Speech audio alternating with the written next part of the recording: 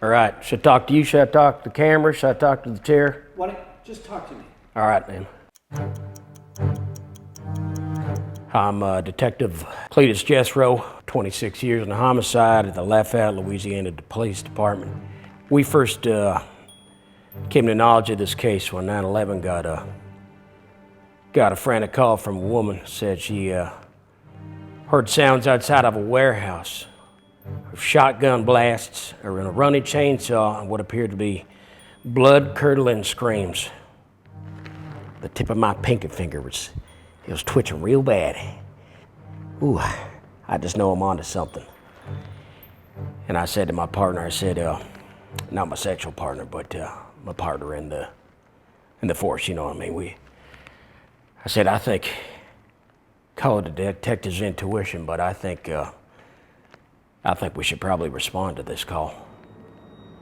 We showed up to the scene, and outside of the warehouse, we saw a gentleman about 5'10", Caucasian, medium build, what appeared to have a tank top with blood stains all over it. When we approached this gentleman, we said, "Hey, you hear anything funny around here?" He just had this creepy grimace on his face, and he shook his head in a no motion. She also pointed out he was holding a shotgun and a chainsaw. But we told him if he heard anything that looked suspicious around here, he should give us a call. I gave him my card. He never ended up calling.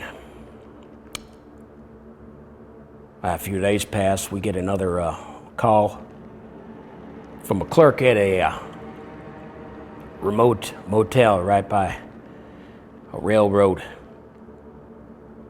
Reported what mysterious smells. They thought it smelled funny, like maybe it was a dead body in there or something.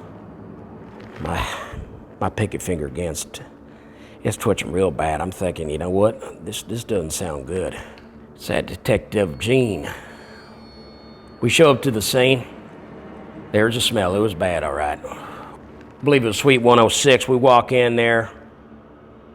My God, I never seen so much blood, fecal matter, semen, and clown makeup in my entire years on the force. And that's saying a lot because I've been to several public washrooms at McDonald's.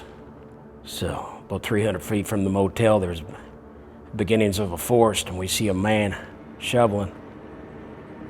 He was wearing a tank top, about 5'10", medium build, blood-stained shirt.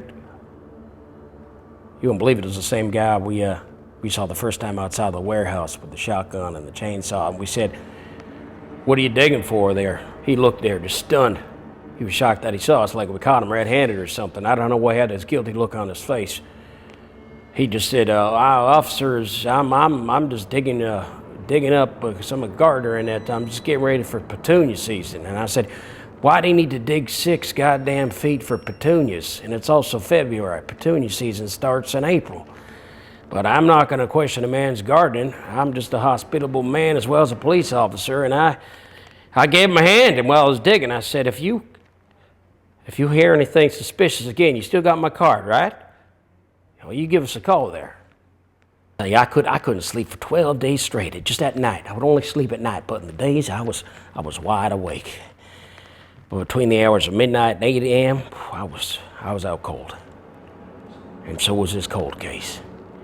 Anyway, about a week later, we get a call from an elderly lady. Said she was opening up her curtains, and she saw a man fitting that same description as the previous 2 times. He was in a 1977 white Beetle. Opening up the trunk, and what appeared to be put in the trunk was 12 severed human heads. I asked this woman, "You wouldn't have got the license plate?" She said, "You sure would," and she did. License plate was 666666. Anyway, we put the department on high alert.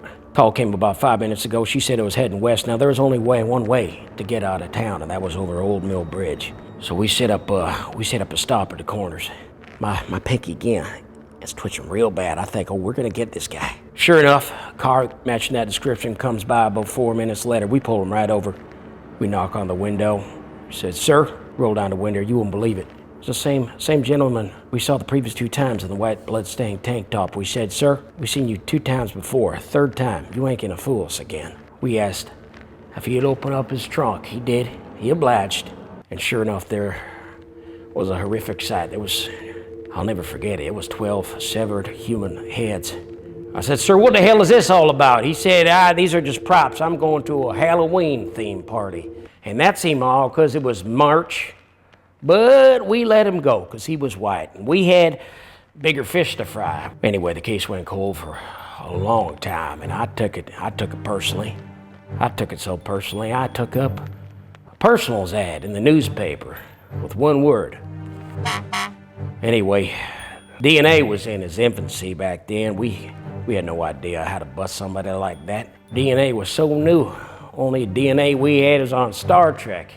Later on, thanks to new technology, the interweb, you won't believe what happened. There's a twist ending to the story. Turns out the suspect was that gentleman in the bloodstained tank top. Once we found out it was him, we figured out where he lived. And we went there in full force and busted him. Turns out he died of old age 10 years earlier. So we had to let him go because he was dead.